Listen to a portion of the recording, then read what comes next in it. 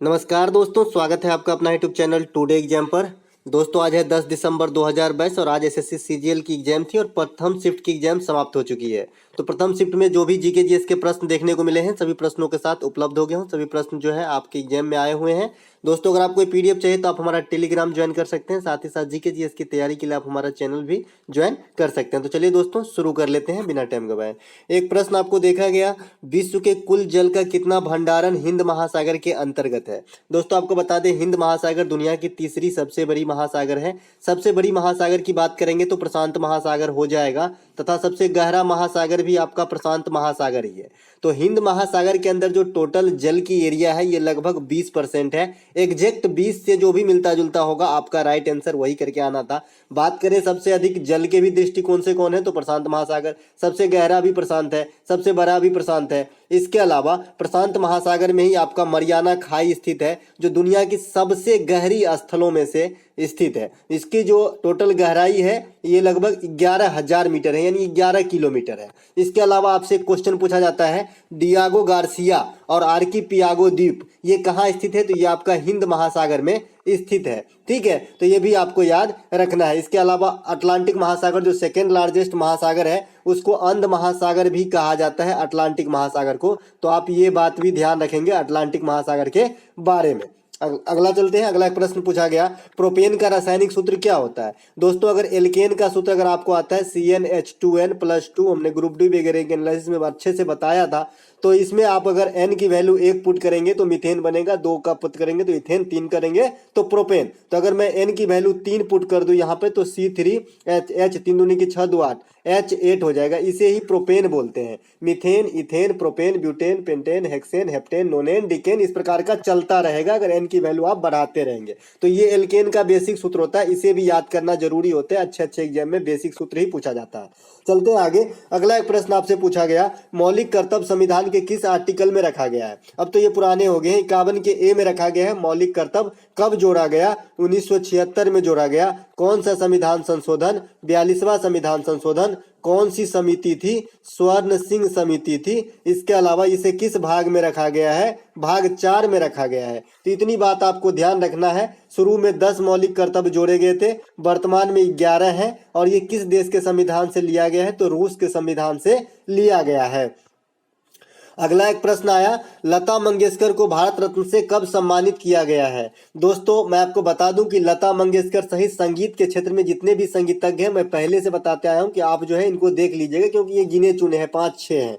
ठीक है, इनसे क्वेश्चन काफी बार एसएससी पूछ लिया करता है। तो 2001 में बिस्मिल्ला खां के साथ साथ लता मंगेशकर जी को भी जो है भारत रत्न से सम्मानित किया गया था।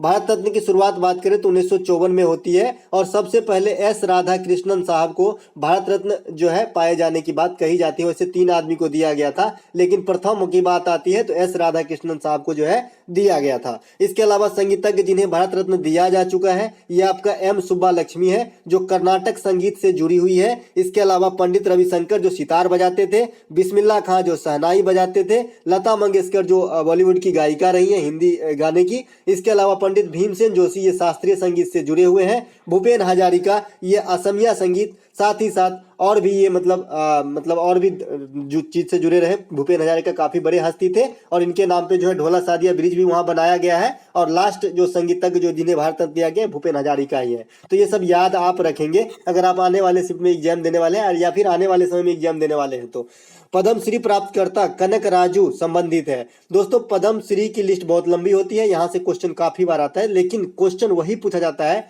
जो एकदम सिंपल होते हुए भी इस चीज को जो है प्राप्त किया है। आप देखिएगा, है ना, ग्रुप डी से लेकर अब तक। तो कनक राजू जो है ये लोक नृत्य से संबंधित है। ये एक प्रकार का छोटा लोक नृत्य है जो आदिवासियों का लोक नृत्य होता है, उससे संबंधित है आपका कनक राजू, और इसे जो है पद्मश्री दिया गया था। एक प्रश्न आपको यहाँ पे है, 2011 के अनुसार सबसे कम साक्षरता दर किससे है, तो ये बिहार से है। सबसे अधिक केरल का है। सबसे कम जो जनसंख्या घनत्व है ये आपका अरुणाचल प्रदेश का है। सबसे अधिक जनसंख्या घनत्व जो है ये आपका बिहार का है। तो ये बात सब आप ध्यान रखेंगे। सबसे अधिक जनसंख्या की बात करेगा तो उत्तर प्रदेश हो जाएगा।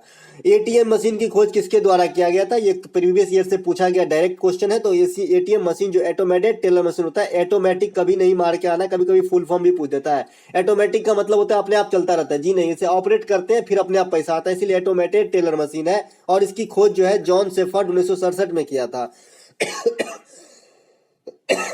इसी से मिलता जुलता जो ईस्वी है, मैं एक बार और प्रश्न एक और यहाँ पे रख दिया हूँ। प्रथम हृदय प्रत्यारोपण ये भी पूछा जाता है एसएससी के द्वारा, क्रिश्चियन बोनार्ड किया गया था, ये दक्षिण अफ्रीका के वैज्ञानिक थे, ठीक है।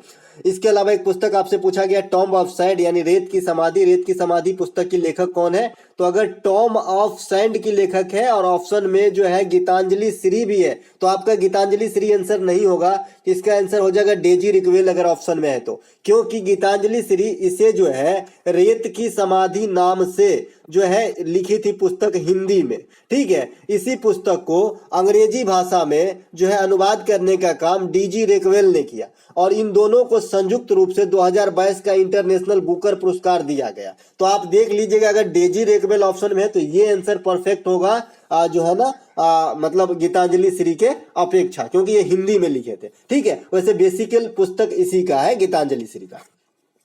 राज्य के निजी सिद्धांत किस देश से लिया गया है, आयरलैंड के संविधान से लिया गया है। कहाँ रखा गया है, 36 से 51 तक के आर्टिकल में। किस भाग में रखा गया है, तो भाग 4 में रखा गया है। इसके अलावा राज्यसभा में जो 12 सदस्यों का मनोनयन राष्ट्रपति के द्वारा किया जाता है, जो कला साहित्य आदि क्षेत्र में निपुण हो, तो ये भी जो है आपका आयरलैंड के संविधान से ही ये विधि प्रेरित है। अगला एक प्रश्न है, प्रथम थर्मोडायनामिक्स का नियम जो है किसने दिया था, थर्मोडायनामिक्स का जो प्रथम नियम है वो किसने दिया था, तो ये आपका रुडोल्फ कोलिशियन दिया था और ये 1850 में दिया था। इससे मिलता जुलता प्रश्न, न्यूटन ने 3 नियम दिए थे। उसके बाद जड़त्व का नियम जो भी है ये भी न्यूटन ने ही दिया था। उसके बाद सापेक्षता का सिद्धांत जो आपका E बराबर mc² होता है, ये आपका अल्बर्ट आइंस्टीन ने दिया था। तो ये सब बात आपको ध्यान रखना। उत्प्लावकता का सिद्धांत आर.के. मीटीज ने दिया था, ठीक है ना। त्रिक का नियम डोवेर्नियर ने दिया था। उज्ज्वला योजना किससे संबंधित है, ये आपका जो है बीपीएल जो है बिलो पॉवर्टी लाइन, इसमें जो भी महिला जुड़े हुए थे खास करके ग्रामीण इलाके की, तो उसे जो है एलपीजी कनेक्शन यानी लिक्विड पेट्रोलियम गैस जो घर में यूज करते हैं खाना बनाने के लिए, तो वो मुफ्त में कनेक्शन दिया जाने की एक योजना था।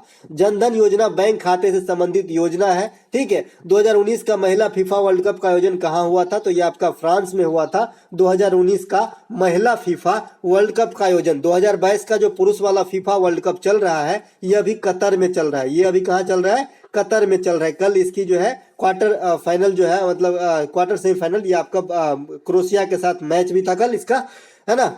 एक प्रश्न यहाँ पे देखने को ये भी रिपीट है, स्माइल योजना किससे संबंधित है, तो ट्रांसजेंडर समाज से संबंधित है। और इसमें भी पद्मश्री को रिलेट करके आपसे क्वेश्चन पूछेगा कि प्रथम ट्रांसजेंडर महिला जिसे पद्मश्री मिला तो ये मजम्मा जोगती है, तो ये बात भी ध्यान रखेंगे। नारी नमन योजना किस राज्य में शुरू किया गया था, तो ये आपका हिमाचल प्रदेश में, बीजेपी की सरकार थी उस समय, बीजेपी की सरकार हिमाचल प्रदेश में बदल गया है, वहां पे कांग्रेस की सरकार बन चुकी है। और जयराम जो रमेश है ये अब जो है आपका जयराम ठाकुर है, माफ कीजिएगा, तो ये आपका जो है सीएम पद से हटेंगे क्योंकि यहाँ पे जो है बीजेपी चुनाव हार गई है, ये भी ध्यान रखिएगा। गांधी जी दक्षिण अफ्रीका से भारत कब लौटे थे, तो 1893 में दक्षिण अफ्रीका गए थे, 1915 में लौटे थे। वैसे बात है कि गांधी जी की थोड़ी सी कहानी आपको जरूर याद रखनी चाहिए।